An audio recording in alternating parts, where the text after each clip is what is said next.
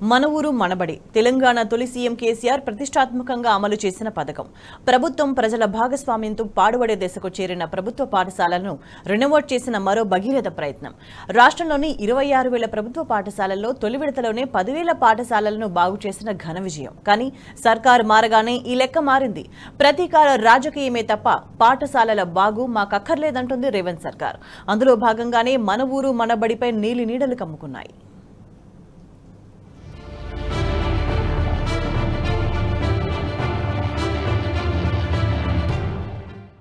సర్కారు బడుల రూపురేఖలు మార్చేందుకు కేసీఆర్ ప్రభుత్వం ప్రతిష్టాత్మకంగా ప్రారంభించిన మన ఊరు మనబడి కార్యక్రమంపై నీలి నీడలు కమ్ముకున్నాయి. రేవంత్ సర్కార్ నిర్లక్ష్య ధోరణితో ఈ కార్యక్రమం ఉనికి ప్రశ్నార్థకంగా మారింది. గతంలో ప్రైవేట్ స్కూళ్లకు ధీటుగా ప్రభుత్వ పాఠశాలలను తీర్చిదిద్దేందుకు కేసీఆర్ ప్రభుత్వం 3 విడతల్లో ప్రణాళికలను రూపొందించింది. మొదటి విడతలో బాగు చేసుకున్న పాఠశాలలు ఇప్పటికే ప్రారంభమయ్యాయి. అయితే ఈ కార్యక్రమం ఇప్పుడు ఉన్నట్లా లేనట్లా?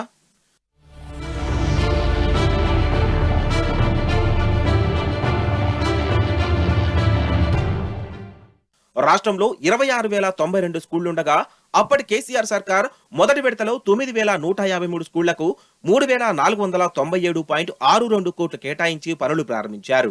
ఇందులో పనులు పూర్తయిన 1,200 పాఠశాలలు నిరుడు ప్రారంభించారు.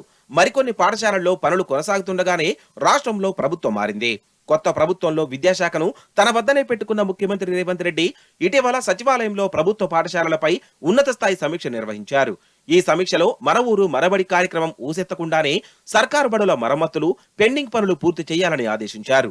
ఇంతవరకు బాగానే ఉన్న బడుల పర్యవేక్షణ బాధ్యతలను అమ్మ ఆదర్శ కమిటీలంటూ మహిళా సంఘాలకు అప్పగించారు. మార్చి 12న అమ్మ ఆదర్శ పాఠశాల కమిటీలను ప్రభుత్వం ఏర్పాటు చేస్తూ జీవో జారీ చేసింది. ఇందులో 10 అంశాలను ఎంపిక చేసి ఆయా పనులను ఈ కమిటీల ద్వారానే చేపట్టాలని సూచించింది. స్కూళ్లలో మౌలిక వస్తువుల కల్పన, టాయిలెట్ల నిర్మాణం, తాగునీటి వసతి, విద్యుత్ సౌకర్యం, శానిటేషన్ సహా సివిల్ వర్క్స్ ఉన్నాయి. ఇవే కాకుండా మేజర్, మైనర్ మరమ్మతులు కూడా చేపట్టాలని జీవోలో నిర్దేశించారు. ఇవే పనులు మన ఊరు మనబడి కార్యక్రమంలోనూ ఉన్నాయి. కానీ ఈ కార్యక్రమం పేరు లేకుండానే ఆయా పనులను చేపట్టాలని ప్రభుత్వం సూచించింది. ఆయా పనులు చేపట్టేందుకు 1,100 కోట్ల నిధులను ప్రభుత్వం ఇటీవలే మంజూరు చేసింది.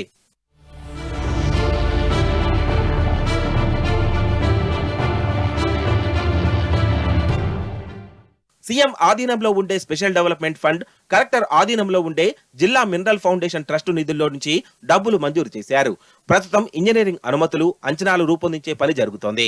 ఈ నెల 24 నుంచి జూన్ 11 వరకు స్కూళ్లకు వేసవి సెలవులున్నాయి. ఈ సెలవుల్లో అన్ని రకాల పనులు, మరమ్మతులు పూర్తి చేయాలని గడువు విధించారు. దీంతో ఎక్కడా మన ఊరు మనబడి కార్యక్రమం పేరు ఉపయోగించకపోవడంతో అసలు ఈ కార్యక్రమం ఉన్నట్లా లేనట్లా అనే అనుమానాలు తలెత్తుతున్నాయి. దీనిపై అధికారులు సైతం తమకేం అర్థం కావడం లేదంటూ చేతులెత్తేస్తున్నారు.